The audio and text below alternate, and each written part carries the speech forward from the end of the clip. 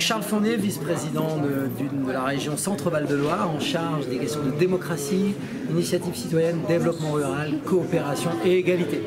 Donc la question est, le numérique peut-il réinventer la démocratie? Alors, il peut y contribuer. Ce ne sera sans doute pas le numérique qui va tout seul réinventer la démocratie, parce qu'encore une fois, on donnerait procuration à un outil pour réinventer ce que doit être l'humain. Je crois qu'il peut être un outil sous conditions qui seront définies par les êtres humains, par l'accord entre les êtres humains. C'est-à-dire, finalement, quel usage, quelles règles du jeu, quelle éthique pour l'usage, qu'est-ce qu'on ne veut pas sur le numérique.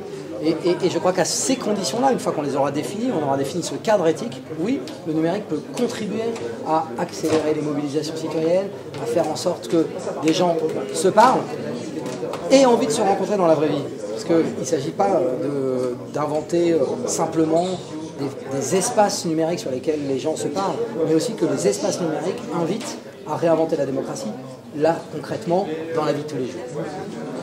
Quel cadre éthique, justement, à l'usage numérique? Alors, je disais tout à l'heure dans mon intervention qu'il y avait un lien fondamental entre transition écologique et transition numérique. Moi, je suis convaincu qu'un des éléments du cadre, c'est de resituer aussi les enjeux et les problématiques que pose le numérique sur des questions écologiques. L'empreinte écologique, c'est pas un petit sujet.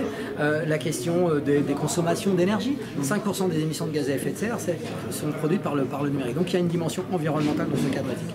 Il y a ensuite une dimension d'égalité, c'est-à-dire qu'il faut donner tous les moyens à chacun, sans doute dès le plus jeune âge, d'accéder en égalité à ces outils-là. Il faut définir des droits et des devoirs de comportement, des droits, des possibilités qu'ouvre le numérique pour chaque citoyen. Il y a une forme de nouvelle citoyenneté numérique qu'il faut définir, et aujourd'hui c'est pas le cas. Aujourd'hui c'est un peu sauvage.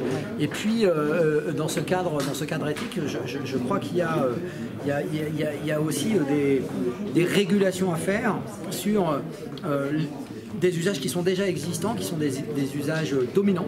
Et donc il y a une forme de capitalisme numérique. Et donc je crois que si on ne définit pas ce que doit être demain un numérique collaboratif, un numérique égalitaire, un numérique horizontal, on risque d'avoir un numérique qui devienne exclusivement l'outil des puissants et pas l'outil de l'égalité. On a comme un outil, à l'heure actuelle, ce sont des balanciers d'un genre, à nous de créer l'autre balancier. Est-ce que ça passe pas aussi par la notion de fréquence, de vibration? Ouais, c'est du Patrick Livret dans le texte. On est dans le quantique, mais voilà. Ah ouais, si.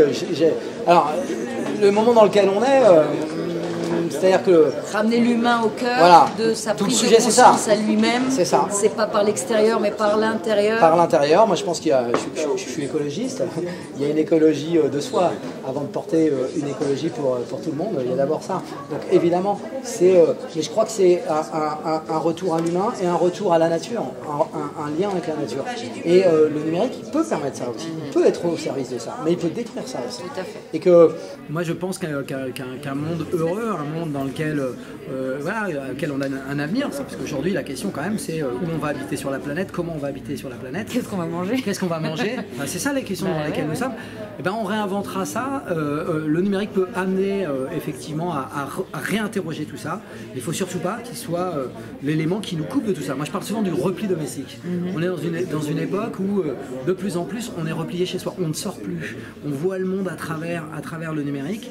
Je donne souvent cet exemple parce qu'il me frappe. Dans les écoles, on a enlevé la nature des cours d'école. Et donc, pour pouvoir aller voir la nature, il faut organiser une sortie. Ou alors, on va regarder un film sur la nature. Ce lien à la nature, il doit être indéfectible, il doit être partout, tout le temps. Voilà. Et donc, pour raccrocher au numérique, si le numérique permet de redonner envie d'aller construire ce lien avec la nature, banco. S'il continue à nous détacher de la nature, c'est catastrophique pour l'humanité. Voilà, et l'enjeu, c'est quand même l'humain. Merci beaucoup. À bientôt.